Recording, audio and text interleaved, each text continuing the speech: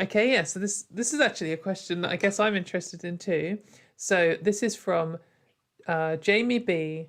It says a question for Christa. This show is very much appreciated, and I hope you two do many more. But what is your motivation with examining GC beliefs? Is it an academic one or? Yeah, so context here. So I am a cis woman, and at this point, I'm like very embedded in this debate. It, it kind of happened by chance in that Kathleen Stock is in my discipline and was coming out with Medium posts and stuff about how gender critical feminism needed to be welcome in philosophy, and how this was a legitimate academic issue that philosophers needed to be allowed to debate. And this was getting, it wasn't getting a lot of pushback in philosophy.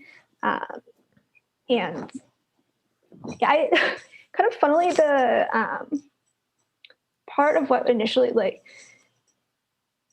grabbed me was just the obvious ignorance of radical feminism from her, and just that the motives of this idea that radical feminism, of course, needed to be represented in philosophy, and this idea that it was mysterious and sinister, that it wasn't.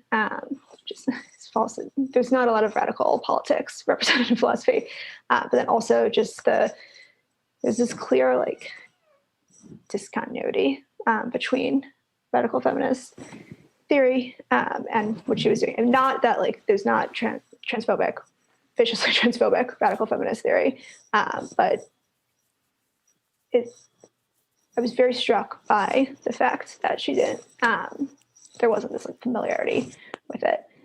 And then I don't know, I kind of have like a big mouth. And so I got in trouble for saying this. And also just like an ADHD brain that gets fixated on things and does projects. I just felt like there was all this stuff happening that wasn't being paid attention to.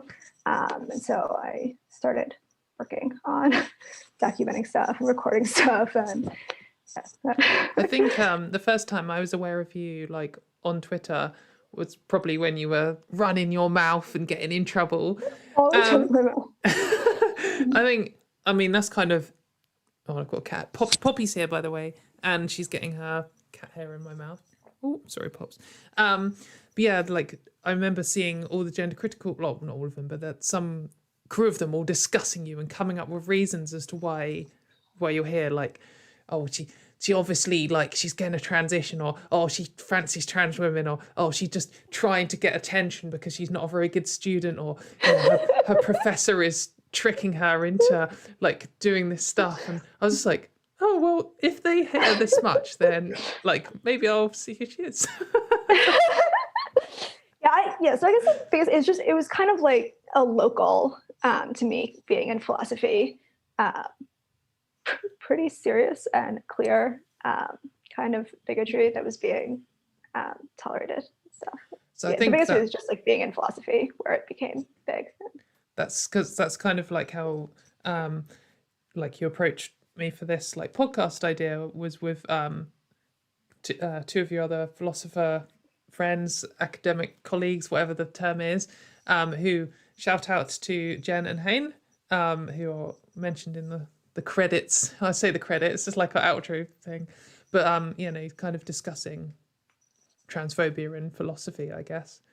And like I'm honoured that you picked a complete philosophy ignorant idiot.